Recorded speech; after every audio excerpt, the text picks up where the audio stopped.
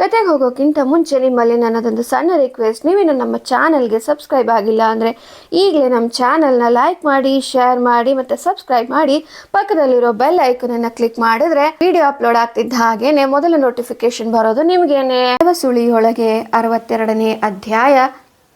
ರಾಶಿ, ನಿನ್ಕೋ, ದಯವಿಟ್ಟು ಕದಲ್ಬೇಡ, ಅಲ್ಲೇ ಇರು, ನಾನು ಬಂದೆ ಎಂದು ಜೋರಾಗಿ ಕೂಗುತ್ತಾ ಏದುಸಿರು ಬಿಡುತ್ತಾ ಬರುತ್ತಿದ್ದ ಪ್ರಿಯಾಳನ್ನು ನೋಡಿ ರಾಶಿಕಾ ಬೆಚ್ಚಿ ಬಿದ್ದಳು.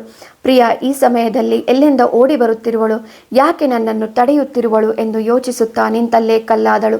ಋತು ಪ್ರಿಯಾಳನ್ನು ನೋಡಿ ಗಾಬರಿಯಲ್ಲಿ, ರಾಶಿ, ನನ್ನ ಕಾಪಾಡು, ಆ ಪ್ರಿಯಾ ನನಗೆ ಬಹಳಷ್ಟು ಹಿಂಸೆ ಮಾಡ್ತಾಳೆ, ದಯವಿಟ್ಟು ಕಾಪಾಡು ಎಂದು ಒಂದೇ ಸಮನೆ ಬಡಬಡಿಸತೊಡಗಿದಳು. ರಾಶಿಕಾ ಎಲ್ಲಿ ಋತು ಇರುವ ಕೋಣೆಯ ಬಾಗಿಲು ತೆಗೆಯುವಳೋ ಎಂದು ಗಾಬರಿಯಲ್ಲಿ ಓಡಿ ಬಂದ ಪ್ರಿಯಾ ರಾಶಿಕಾಳ ಕೈ ಹಿಡಿದು ಎಳೆದು ದೂರ ನಿಲ್ಲಿಸಿದಳು. ತನ್ನ ಉಸಿರಾಟವನ್ನು ತಹಬಂದಿಗೆ ತಂದುಕೊಂಡ ಪ್ರಿಯಾ ನಿಧಾನವಾಗಿ, ರಾಶಿ, ಇಲ್ಲಿರೋದು ಸೇಫ್ ಅಲ್ಲ, ನಡಿ ಹೋಗೋಣ ಎಂದಳು. ಪ್ರಿಯಾ ಇವಳು ಇಲ್ಲಿ ಎನ್ನುತ್ತಾ ಮಾತನಾಡಲು ಕಷ್ಟಪಡುತ್ತಿದ್ದ ರಾಶಿಕಾಳನ್ನು ನೋಡಿದ ಪ್ರಿಯಾಳಿಗೆ ಅವಳ ಕೈಯಲ್ಲಿ ರಿಪೋರ್ಟ್ ಕಾಣಿಸಿತು. ಪ್ರಿಯಾಳಿಗೆ ಒಂದು ಕ್ಷಣ ಭಯವಾಯಿತು. ರಾಶಿಕಾಳನ್ನು ಅಲ್ಲಿಂದ ಕರೆದುಕೊಂಡು ಹೋದರೆ ಸಾಕೆಂದು ಹವಣಿಸತೊಡಗಿದಳು. ಋತು ತಟ್ಟನೆ ಕಿಟಕಿಯಿಂದ ಕೈ ಚಾಚಿ ರಾಶಿಕಾಳ ಕೈಯನ್ನು ಗಟ್ಟಿಯಾಗಿ ಹಿಡಿದುಕೊಂಡಳು. ರಾಶಿಕಾ ಋತುಳ ಹಿಡಿತದಿಂದ ಗಾಬರಿಯಾದಳು. ಪ್ರಿಯಾ ಮುಂದೆ ಬಂದು ಋತು ಕೈಯಿಂದ ರಾಶಿಕಾಳನ್ನು ಬಿಡಿಸಲು ಮುಂದಾದಳು. ಆದರೆ ಋತುಳ ಹಿಡಿತ ಹೆಚ್ಚುತ್ತಲೇ ಹೋಯಿತು. ಋತು, ಪ್ರಿಯಾ, ನಾನಿವಳನ್ನು ಬಿಡಲ್ಲ, ನನ್ನಿಂದ ನನ್ನ ಮಗುವನ್ನು ದೂರ ಮಾಡಿದವಳು, ನನ್ನ ಗಂಡ ಮಗನನ್ನು ಕಿತ್ತುಕೊಂಡವಳು, ಇವಳಿಗೆ ಹೇಳು ಪ್ರಿಯಾ, ವಿಸ್ಮಯನೇ ನನ್ನ ಹಾಳು ಮಾಡಿದ್ದು ಅಂತ. ಅನಾಯ ನನ್ನ ಹಾಗೂ ವಿಸ್ಮಯನ ಮಗಳು, ನ್ಯಾಯವಾಗಿ ವಿಸ್ಮಯ್ ನನ್ನ ಗಂಡ, ಮೊದಲು ತಾಳಿ ಕಟ್ಟಿದ್ದು ನನಗೆ ಎಂದು ಅರಚತೊಡಗಿದಳು. ಪ್ರಿಯಾ ಕೋಪದಿಂದ, ಶಟಪ್ ಋತು, ನಿನಗೆ ಅವತ್ತೇ ಹೇಳಿದ್ದೀನಿ, ವಿಸ್ಮಯ್ ನಿನ್ನ ನೆರಳು ಸಹ ಸೋಕಿಲ್ಲ ಅಂತ. ರಿಪೋರ್ಟ್ನಲ್ಲಿ ಕ್ಲಿಯರ್ ಆಗಿತ್ತು, ಅನಾಯ ವಿಸ್ಮಯನ ಮಗಳಲ್ಲ, ಅವಳ ಹುಟ್ಟಿಗೆ ಕಾರಣ ಬೇರೆ ಯಾರೋ. ನಿನ್ನ ಹೊಟ್ಟೆಯಲ್ಲಿ ಹುಟ್ಟಿರೋದು ಅವಳಿಗೆ ಗೊತ್ತಾದರೆ ಅಸಹ್ಯ ಪಡ್ತಾಳೆ, ಅದೆಲ್ಲ ಬೇಕಾ ನಿನಗೆ ಎಂದು ಗದರಿದಳು. ಪ್ರಿಯಾ, ನೀನು ಇಲ್ಲದ್ದು ಹೇಳಿ ರಾಶಿಯ ಮನಸ್ಸು ಹಾಳು ಮಾಡಬೇಡ. ನನ್ನ ಮಗಳು ನನ್ನ ಬಗ್ಗೆ ಯಾಕೆ ಅಸಹ್ಯ ಪಡ್ತಾಳೆ? ಮತ್ತೇನೆ, ಹೆತ್ತ ಮೇಲೆ ಒಮ್ಮೆಯಾದರೂ ಮಗು ಮುಖ ನೋಡಿದ್ಯಾ? ಸಂಬಂಧವೇ ಇಲ್ಲದ ಹಾಗೆ ಹೊರಟು ಹೋದೆ. ಕಸದ ತೊಟ್ಟಿಗಾದರೂ ಎಸೆ ಎನ್ನುವಂಥ ಧೋರಣೆ ತೋರಿ ಹೋದವಳು ಈಗ ಇಷ್ಟು ಬೆಳೆದು ಪ್ರಬುದ್ಧವಾದ ಮಗಳು ಏಕೆ ಬೇಕು? ನಿನ್ನನ್ನು ಸಾಕಲು ಸುಖವಾಗಿ ಇಡಲು ಅವಳು ಬೇಕು ಅಲ್ವಾ? ಮಗನಂತೂ ನಿನ್ನ ಕೆಟ್ಟತನದಿಂದ ದೂರ ಮಾಡಿಕೊಂಡೆ, ಈಗ ಮಗಳನ್ನಾದರೂ ಒತ್ತಾಯದಿಂದ ಪಡೆಯಬೇಕು ಅಂತಿದ್ದೀಯಾ? ಅದು ನಿನ್ನ ಸ್ವಾರ್ಥಕ್ಕಾಗಿ. ಹೌದು, ನಾನು ಸ್ವಾರ್ಥಿಯೇ. ಏನೀಗ? ನನಗೆ ನನ್ನ ಮಗಳು ಬೇಕು. ತಾಯಿಯನ್ನು ಸುಖವಾಗಿ ಇಟ್ಟು ನೋಡಿಕೊಳ್ಳುವುದು ಅವಳ ಕರ್ತವ್ಯ, ಅವಳದನ್ನು ಮಾಡಲೇಬೇಕು. ಛೀರುತು, ನೀನು ಯಾವತ್ತಾದರೂ ತಾಯಿಯಾಗಿ ಆ ಮಗುಗೆ ಹಾಲುಣಿಸಿದ್ದೀಯಾ? ಒಮ್ಮೆಯಾದರೂ ಆ ಅಳುವ ಕಂದನನ್ನು ಎತ್ತಿಕೊಂಡು ಸಮಾಧಾನ ಮಾಡಿದ್ದೀಯಾ? ಬರೀ ಹೆತ್ತ ಮಾತ್ರಕ್ಕೆ ತಾಯಾಗುವುದಿಲ್ಲ, ಮಗುವಿನ ಪ್ರತಿ ಹಂತದಲ್ಲೂ ಜೊತೆಯಾಗಿದ್ದು ಅದರ ಬೇಕು ಬೇಡಗಳನ್ನು ಗಮನಿಸುತ್ತಾ ಯಶಸ್ವಿಯಾಗಿ ಬೆಳೆಸಿ ಉತ್ತಮ ನಾಗರಿಕರನ್ನಾಗಿ ಮಾಡುವುದು ಎಲ್ಲ ಹೆತ್ತವರ ಕರ್ತವ್ಯ. ಆದರೆ ನೀನು ಯಾವೊಂದು ಮಾಡದೆ ಹೆತ್ತ ಮಗುವನ್ನು ಬೇಡದಕ್ಕ ಗಂಟೆಂದು ಭಾವಿಸಿ ಮುಂದೆ ಅದರ ಗತಿ ಏನು ಎಂದು ಒಮ್ಮೆ ಸಹ ಯೋಚಿಸದೆ ಹೊರಟು ಹೋದೆ. ರಾಶಿ ಧೈರ್ಯವಾಗಿ ನಿಂತು, ತಂದೆ ಹೆಸರಿಲ್ಲದೆ ಸಿಂಗಲ್ ಪೇರೆಂಟ್ ಆಗಿ ನಿಂತು ಮಗುವನ್ನು ಸಾಕಿ ಬೆಳೆಸಿ ಎಲ್ಲ ರೀತಿಯಲ್ಲಿ ಅವಳನ್ನು ಉತ್ತಮವಾಗಿ ಮಾಡಿ ಒಳ್ಳೆಯ ಜೀವನ ರೂಪಿಸಿಕೊಳ್ಳುವಷ್ಟು ಮಾಡಿದ ನಂತರ ಈಗ ದೊಡ್ಡದಾಗಿ ಬಂದ್ಲು. ನನ್ನ ಮಗು ನನಗೆ ಕೊಡು ಅಂತ ಬಂದಿದ್ದೀಯಲ್ಲ, ಥೂ, ನಾಚಿಕೆ ಇಲ್ವಾ ನಿನಗೆ? ಎಲ್ಲವೂ ಕಷ್ಟಪಡದೆ ನಿನಗೆ ಸಿಗುತ್ತಾ ಬಂತಲ್ಲ, ಅದಕ್ಕೆ ನಿನಗೆ ಮಗುನ ಸಾಕಿ ಬೆಳೆಸೋ ನೋವು ಸಹ ಗೊತ್ತಿಲ್ಲ. ಅದು ಅಪ್ಪನ ಹೆಸರಿಲ್ಲದೆ ಬೆಳೆಸೋದು ಎಲ್ಲ ಸುಲಭವಾಗಿದೆ ನಿನಗೆ. ಹರಿಯದ ಸುಖ ಸಂತೋಷಕ್ಕಾಗಿ ರಾಶಿ ಮೇಲೆ ಅವಲಂಬಿಸಿದೆ, ನಂತರ ವಿಸ್ಮಯನ ಮೇಲೆ ಅಷ್ಟೇ ನಿನ್ನ ಜೀವನ. ಹೀಗೆ ಈಗಲೂ ಸಹ ಈ ಕಷ್ಟವಿಲ್ಲದೆ ಜೀವನಕ್ಕಾಗಿ ಮಗಳ ಮೇಲೆ ಹಕ್ಕು ಚಲಾಯಿಸಿಕೊಂಡು ಬಂದರೆ ಬಿಟ್ಟು ಕೊಡಲು ಅದೇನು ರಾಶಿಯ ಬಟ್ಟೆನ ಒಡವೆನಾ? ಅಷ್ಟಕ್ಕೂ ಅನಾಯ ನಿನ್ನನ್ನು ಒಪ್ಪಿ ಬರುವಳು ಅಂತ ಹೇಗೆ ನಂಬಿದ್ದೀಯಾ? ಪ್ರಿಯಾ, ಅನಾಯಾಳನ್ನು ಈ ರಾಶಿ ಒಪ್ಪಿಸಿ ಕಳಿಸುತ್ತಾಳೆ ಗೊತ್ತು, ಅದವಳು ಮಾಡಲೇಬೇಕು, ಅವಳೆದುರು ಆಯ್ಕೆನೇ ಇಲ್ಲ ಅಲ್ವಾ ರಾಶಿ? ಮಾಡ್ತೀಯಲ್ವಾ?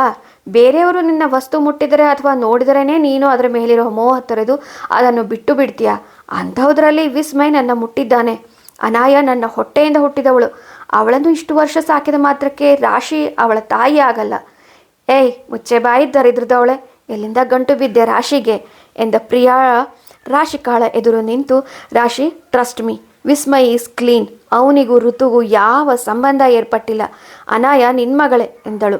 ಪ್ರಿಯಾ ಹಾಗೂ ಋತುಳ ವಾದು ಕೇಳಿಸಿಕೊಳ್ಳುತ್ತಾ ರಾಶಿಕಾ ನಿಂತಲ್ಲೇ ಕಲ್ಲಾಗಿದ್ದಳು. ಅವಳ ಯಾವ ಪ್ರತಿಕ್ರಿಯೆ ಕೊಡಲು ಆಗದೆ ಅವಳು ಸೋತು ಹೋಗಿದ್ದಳು. ಅವಳ ಮನಸ್ಸು ಬಹಳ ನೊಂದಿತ್ತು. ಅನಾಯ ತಾನು ಹೆತ್ತ ಮಗಳಲ್ಲ ಎನ್ನುವುದಕ್ಕಿಂತ ತನ್ನ ಮಗು ಅಸುನುಗಿದ್ದು ಯಾಕೆ ತನಗೆ ತಿಳಿಯದೇ ಹೋಯಿತು ಎಂದು ಬೇಸರವಾಯಿತು. ತನ್ನ ಮಗು ಬೇರೆಯಲ್ಲ, ಋತು ಮಗು ಬೇರೆಯಲ್ಲ ಎಂದು ಆಗಲೇ ತಿಳಿದಿದ್ದರಿಂದ ಈಗ ಸಹ ಅನಾಯಾಳ ಮೇಲೆ ಪ್ರೀತಿ ಕಡಿಮೆಯಾಗಲಿಲ್ಲ, ಬದಲು ಹೆಚ್ಚಾಯಿತು. ಆದರೂ ತನ್ನ ಮಗುವಿನ ಮುಖ ಸಹ ನೋಡಲು ಆಗಲಿಲ್ಲವಲ್ಲ ಎಂದು ಮನದಲ್ಲೇ ದುಃಖಿಸಿದಳು. ಆದರೆ ಯಾವೊಂದು ಪ್ರತಿಕ್ರಿಯೆ ಕೊಡಲಾಗದೆ ಕಲ್ಲಾಗಿದ್ದಳು. ಪ್ರಿಯಾ ಅವಳನ್ನು ನೋಡಿ ಭುಜ ಹಿಡಿದು ಅಲ್ಲಾಡಿಸುತ್ತಾ, ರಾಶಿ ರಾಶಿ ಇಲ್ಲಿ ನೋಡು, ಟ್ರಸ್ಟ್ ಮೀ, ವಿಸ್ಮಯ್ ಬರೀ ನಿನ್ನವನು ಮಾತ್ರ ಕಣೆ ಎಂದಳು. ಪ್ರಿಯಾ, ವಿಸ್ಮಯ್ ನನ್ನವನು ಸಹ, ಅವನು ನನ್ನ ಅನುಭವಿಸಿದ್ದಾನೆ. ಅದಕ್ಕೆ ಸಾಕ್ಷಿ ಎಂದರೆ ಅವನ ಭುಜದ ಮೇಲೆ ಇರೋ ಹೃದಯದ ಟ್ಯಾಟು ಎಂದು ಜೋರಾಗಿ ಋತು ಅರಚಿದಳು. ಪ್ರಿಯಾ ಋತುಳಿಗೆ ಜೋರಾಗಿ ಹೊಡೆದು ಗದರಿಸಿ ರಾಶಿ ಕಾಳಡೆ ತಿರುಗಿ, ರಾಶಿ, ಅದು ವಿಸ್ಮಯ್ ಅಲ್ಲ ಕಣೆ, ವಿಸ್ಮಯ್ ಹಾಗೆ ಇದ್ದನಲ್ಲ ವಿಶಿಷ್ಟ ಅಂತ, ಗೊತ್ತಲ್ವಾ ನಿನಗೆ? ಅವನು ವಿಸ್ಮಯ್ ಇಬ್ಬರು ಒಂದೇ ಥರದ ಟ್ಯಾಟು ಭುಜದ ಮೇಲೆ ಹಾಕಿಸಿಕೊಂಡಿದ್ದರು. ಅದಕ್ಕೆ ನಾನೇ ಸಾಕ್ಷಿ. ವಿಸ್ಮಯ್ ದ್ರೋಹಿಯಲ್ಲ, ದ್ರೋಹಿಯಾದವನು ವಿಶಿಷ್ಟ್ ಎಂದಳು. ರಾಶಿಕಾಳನ್ನು ಋತುಳ ಹಿಡಿತದಿಂದ ಬಿಡಿಸಿಕೊಂಡು ಕರೆದುಕೊಂಡು ಹೋಗಬೇಕು ಎಂದುಕೊಂಡ ಪ್ರಿಯಾ ತನ್ನ ಸ್ಟಾಫ್ಗಳನ್ನು ಕರೆಯಲು ಮುಂದಾಗಿ ಸ್ವಲ್ಪ ಮುಂದೆ ಹೋದಳು. ಆಗ ಸಮಯ ಸಾಧಿಸಿ ರಾಶಿಕಾ ತನ್ನ ಕೈಯಿಂದ ತಪ್ಪಿಸಿಕೊಳ್ಳಲು ಬಿಡಬಾರದು ಎಂದು ಆಕ್ರೋಶಗೊಂಡ ಋತು ತನ್ನ ಸಂಪೂರ್ಣ ಸಮತೋಲನ ಕಳೆದುಕೊಂಡು ತಾನೇನು ಮಾಡುತ್ತಿರುವೆ ಎಂದು ಅರಿಯದೆ ಕೂಡಲೇ ರಾಶಿಕಾಳ ಕತ್ತು ಹಿಡಿದು ಎರಡೂ ಕೈಯಿಂದ ಹಿಸುಕತೊಡಗಿದಳು. ರಾಶಿಕಾ ಒದ್ದಾಡುತ್ತಾ ಕೈ ಕಾಲು ಆಡಿಸುತ್ತಾ ಪ್ರಿಯಾಳತ್ತ ಕೈ ಚಾಚಿದಳು. ಪ್ರಿಯಾ ತನ್ನ ಜೊತೆಗೆ ನರ್ಸ್ ಹಾಗೂ ವಾರ್ಡ್ ಬಾಯ್ಗಳನ್ನು ಕರೆತಂದಳು. ಓಡಿ ಬಂದ ಅವರೆಲ್ಲರೂ ಬಾಗಿಲು ತೆರೆದು ಒಳ ಹೋಗಿ ಋತುಳ ಕೈ ಹಿಡಿದು ಎಳೆದಾಡತೊಡಗಿದರು. ಎಷ್ಟೇ ಬಲಪ್ರಯೋಗ ನಡೆದರೂ ಋತು ರಾಶಿಕಾಳ ಕತ್ತು ಬಿಡಲೇ ಇಲ್ಲ. ಕೊನೆಯ ಪ್ರಯತ್ನ ಎನ್ನುವಂತೆ ಪ್ರಿಯಾ ರೋಸಿ ಹೋಗಿ ನರ್ಸ್ ಓಡಿ ಬರುವ ಭರದಲ್ಲಿ ಕೈಯಲ್ಲಿ ಆಸ್ಪತ್ರೆಯ ಒಂದು ಚಿಕ್ಕ ಕತ್ತರಿ ಹಿಡಿದಿದ್ದಳು. ಅದನ್ನೇ ತೆಗೆದುಕೊಂಡು ಜೋರಾಗಿ ಋತುಳ ಕೈಗೆ ಹೊಡೆದಳು. ಯಾವುದೇ ಪೂರ್ವ ತಯಾರಿ ಇಲ್ಲದೆ ಇದ್ದುದರಿಂದ ಹಾಗೂ ಹಠಾತ್ತನೆ ದುರ್ಘಟನೆ ನಡೆಯುತ್ತಿದ್ದ ಕಾರಣ ಪ್ರಿಯಾ ಬಳಿ ಆಗಲಿ ಸ್ಟಾಫ್ ಬಳಿಯಾಗಲಿ ಇಂಜೆಕ್ಷನ್ ಇರಲಿಲ್ಲ. ಕತ್ತರಿ ತೆಗೆದುಕೊಂಡು ಹೊಡೆದ ನಂತರ ಋತು ಗಾಬರಿಯಲ್ಲಿ ರಾಶಿಕಾಳನ್ನು ಬಿಟ್ಟು ತನ್ನ ಕೈ ಹಿಡಿದುಕೊಂಡಳು. ಗಾಯವಾದ ಕೈಯನ್ನು ಗಟ್ಟಿಯಾಗಿ ಹಿಡಿದುಕೊಂಡು ನರಳತೊಡಗಿದಳು. ಋತು ಕೈ ಬಿಟ್ಟ ನಂತರ ರಾಶಿಕಾ ಕೆಳಗೆ ಬಿದ್ದಳು. ಪ್ರಿಯಾ ಓಡಿ ಹೋಗಿ ರಾಶಿಕಾಳನ್ನು ಎಬ್ಬಿಸಿದಳು. ರಾಶಿಕಾ ಉಸಿರಾಡಲು ಒದ್ದಾಡುತ್ತಿದ್ದಳು. ಪ್ರಿಯಾ ಅವಳನ್ನು ಸರಿಯಾಗಿ ನಿಲ್ಲಿಸಿ ಬೆನ್ನು ನೇವಿರಿಸಿ ಸ್ವಲ್ಪ ಸುಧಾರಿಸಿದ ನಂತರ ನಿಧಾನವಾಗಿ ಕರೆದುಕೊಂಡು ಹೊರಟಳು. ಋತು ಕೋಪದಿಂದ ರಾಶಿಕಾಳನ್ನು ನೋಡಿದಳು. ಅವಳು ಹೋಗುತ್ತಿರುವುದು ಗಮನಿಸಿದವಳೆ ತನ್ನ ಬಳಿ ನಿಂತಿದ್ದ ನರ್ಸ್ ಎಲ್ಲರನ್ನೂ ಒಂದೇ ಏಟಿಗೆ ಹೊಡೆದು ಅಲ್ಲಿಯೇ ಬಿದ್ದಿದ್ದ ಕತ್ತರಿಯನ್ನು ಎತ್ತಿಕೊಂಡು ಓಡುತ್ತಾ ಹೊರಬಂದಳು. ಒಂದು ಕ್ಷಣ ಏನಾಯಿತೆಂದು ನರ್ಸ್ಗಳಿಗೆ ಅರಿವಾಗುವ ಮೊದಲೇ ಋತು ಹೊರಗಡೆ ಓಡಿ ಹೋಗಿದ್ದಳು. ಅವಳನ್ನು ಹಿಡಿಯಲು ಓಡಿದವರು ಋತು ತಪ್ಪಿಸಿಕೊಂಡು ಓಡಿ ರಾಶಿಕಾಳ ಹಿಂದೆ ಬಂದಿದ್ದಳು.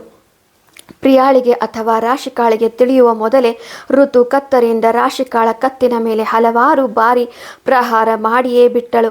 ಅವಳ ಆವೇಶ, ಉದ್ವೇಗ, ಆಕ್ರೋಶ ಎಲ್ಲವೂ ಎಷ್ಟಿತ್ತೆಂದರೆ ಅದಾಗಲೇ ರಾಶಿಕಾಳ ಮೇಲೆ 7-8 ಬಾರಿ ಕತ್ತರಿಯಿಂದ ಹಲ್ಲೆ ಮಾಡಿದ್ದಳು. ಇದೆಲ್ಲವೂ ಕಣ್ಣು ಮುಚ್ಚಿ ತೆಗೆಯುವಷ್ಟು ವೇಗದಲ್ಲಿ ಮುಗಿದು ಹೋಗಿತ್ತು. ಕತ್ತಿನ ಬಳಿಯೇ ಹಲವು ಪೆಟ್ಟುಗಳು ಬಿದ್ದಿದ್ದವು. ರಕ್ತ ಕೋಡಿಯಂತೆ ಹರಿಯತೊಡಗಿತು. ಋತು ಪ್ರಹಾರ ನಡೆಸಿದ್ದ ಸಮಯದಲ್ಲೇ ವಿಸ್ಮಯ್ ಸಹ ಓಡೋಡಿ ಬಂದಿದ್ದ. ಬೀಳುತ್ತಿದ್ದ ರಾಶಿಕಾಳನ್ನು ಹಿಡಿದುಕೊಂಡು ಋತುಳನ್ನು ಕೋಪದಿಂದ ಜೋರಾಗಿ ಹೊಡೆದು ಉರುಳಿಸಿದ. ಕೆಳಗೆ ಬಿದ್ದ ಋತು ಆಕ್ರೋಶದಿಂದ ಏನಾದರೂ ಮಾತನಾಡುವ ಮೊದಲೇ ಪ್ರಿಯಾ ಅವಳಿಗೆ ಜೋರಾಗಿ ಹೊಡೆದಳು. ಇನ್ನಷ್ಟು ಹೊಡೆಯಲು ಮುಂದಾದಾಗ ನರ್ಸ್ ಹಾಗೂ ವಾರ್ಡ್ ಬಾಯ್ಗಳು ಬಂದು ಋತುಳನ್ನು ಹಿಡಿದುಕೊಂಡರು. ರಾಶಿಕಾಳ ನೋಟ ಸತತವಾಗಿ ಋತುಳ ಮೇಲೆಯೇ ಇತ್ತು. ಅಷ್ಟೊಂದು ರಕ್ತ ಸೋರಿ ಹೋಗಿ ನಿಶ್ಶಕ್ತಿ ಆವರಿಸಿದ್ದರೂ ರಾಶಿಕಾಳ ನೋಟ ಮಾತ್ರ ಎಡೆಬಿಡದೆ ಋತುಳ ಮೇಲಿತ್ತು. ರಾಶಿಕಾಳ ನೋಟದಲ್ಲಿದ್ದ ಹಲವಾರು ಪ್ರಶ್ನೆಗಳು ಋತುವನ್ನು ಇಂಚಿಂಚಾಗಿ ಸುಡತೊಡಗಿದ್ದವು. ಅವಳ ನೋಟ ಎದುರಿಸಲು ಆಗಲಿಲ್ಲ ಋತುಗೆ. ತಲೆ ತಗ್ಗಿಸಿ ತನ್ನ ತಲೆಗೆ ತಾನು ಹೊಡೆದುಕೊಳ್ಳತೊಡಗಿದಳು. ಮರುಕ್ಷಣ ಹುಚ್ಚುಚ್ಚಾಗಿ ನಗುತ್ತಾ ಅಳುತ್ತಾ ಕುಸಿಯತೊಡಗಿದ್ದರಿಂದ ಅವಳನ್ನು ಅವಳ ಕೋಣೆಗೆ ಕರೆದೊಯ್ದು ಮಲಗಿಸಿ ಇಂಜೆಕ್ಷನ್ ಸಿದ್ಧಪಡಿಸಿ ಚುಚ್ಚಿದರು. ಇತ್ತ ರಾಶಿಕಾಳನ್ನು ಎತ್ತಿಕೊಂಡ ವಿಸ್ಮಯ್ ಕೂಡಲೇ ಆಸ್ಪತ್ರೆಯ ತುರ್ತು ಚಿಕಿತ್ಸಾ ವಿಭಾಗದತ್ತ ಓಡಿದ. ಪ್ರಿಯಾ ಸಹ ಅವನ ಹಿಂದೆ ಓಡಿದಳು. ಕೂಡಲೇ ರಾಶಿಕಾಳಿಗೆ ಚಿಕಿತ್ಸೆ ಮಾಡತೊಡಗಿದರು. ವಿಸ್ಮಯ್ ರಾಶಿಕಾಳ ಕೈ ಹಿಡಿದವನು ಯಾರು ಎಷ್ಟೇ ಹೇಳಿದರೂ ಬಿಡದೆ ಅಲ್ಲಿಯೇ ಕುಳಿತ. ಅವನನ್ನು ಹೆಚ್ಚು ಕಾಡದೆ ಪ್ರಿಯಾ ಸಹ ಸುಮ್ಮನಿದ್ದು ಬಿಟ್ಟಳು. ರಾಶಿಕಾ ನಿಶ್ಶಕ್ತಿಯಿಂದ ಕಣ್ಣು ಮುಚ್ಚಿದ್ದರೂ ಆಗಾಗ ಕಷ್ಟಪಟ್ಟು ವಿಸ್ಮಯ್ನತ್ತ ನೋಡುತ್ತಿದ್ದಳು. ಅವಳ ನೋಟದ ಅರ್ಥವಾಗದೆ ವಿಸ್ಮಯ್ ಒಂದೇ ಸಮನ ಕಣ್ಣೀರು ಹರಿಸತೊಡಗಿದ್ದ. ಅಥರ್ವ ಬಂದವನೇ ರಾಶಿಕಾಳನ್ನು ಪರೀಕ್ಷೆ ಮಾಡಿದಾಗ ಅವಳ ಕತ್ತಿನ ಮುಖ್ಯ ಕೆಲ ರಕ್ತನಾಳಗಳು ಕತ್ತರಿಸಿ ಹೋದ ಕಾರಣ ಅವಳು ಬದುಕುಳಿಯುವುದು ಕಷ್ಟ ಎಂದು ಅರಿತ. ಆದರೆ ಈ ವಿಷಯ ವಿಸ್ಮಯನಿಗೆ ಹೇಗೆ ತಿಳಿಸುವುದು ಎಂದು ಯೋಚನೆಗೆ ಬಿದ್ದ. ಪ್ರಿಯಾಳಿಗೂ ಅಥರ್ವನ ಮೊಗದ ಮೇಲಿದ್ದ ಚಿಂತೆಯ ಗೆರೆಗಳನ್ನು ನೋಡಿ ಪರಿಸ್ಥಿತಿಯ ಅರಿವಾಯಿತು. ಪ್ರಿಯಾ ವಿಸ್ಮಯನ ಬಳಿ ಹೋಗಿ ಅವನ ಭುಜ ಅದುಮಿದಳು. ಅವಳ ಕಣ್ಣಿಂದ ಧಾರಾಕಾರವಾಗಿ ನೀರು ಹರಿಯತೊಡಗಿತು. ವಿಸ್ಮಯ್ ಸಹ ಮಕ್ಕಳಂತೆ ಬಿಕ್ಕಿ ಬಿಕ್ಕಿ ಅಳತೊಡಗಿದ. ಅಥರ್ವ ಇಬ್ಬರನ್ನು ಸಂತೈಸಲು ಸೋತು ಹೋಗಿದ್ದ. ರಾಶಿಕಾ ಅರೆಪ್ರಜ್ಞೆ ಅವಸ್ಥೆಯಲ್ಲಿದ್ದಳು. ವಿಸ್ಮಯ್ ಅವಳ ಇನ್ನಷ್ಟು ಬಳಿ ಸಾರಿ ಹತ್ತಿರ ಕುಳಿತು ಅವಳ ಕೈ ಗಟ್ಟಿಯಾಗಿ ಅದುಮಿದಾಗ ರಾಶಿಕಾ ಕಷ್ಟಪಟ್ಟು ಕಣ್ಣು ತೆರೆದು ನೋಡಿದಳು. ಅವಳಿಗೆ ಮಾತನಾಡಲು ಶಕ್ತಿ ಇರಲಿಲ್ಲ. ಅವಳ ನೋಟದಲ್ಲಿ ಏನಿದೆ ಎಂದು ಓದಲಾಗದೆ ವಿಸ್ಮಯ್ ತಾನೊಂದೂ ಮಾತನಾಡಲು ಆಗದೆ ತನ್ನ ಮನದ ಭಾವಗಳನ್ನು ಕಣ್ಣ ನೋಟದಲ್ಲೇ ವಿವರಿಸತೊಡಗಿದ.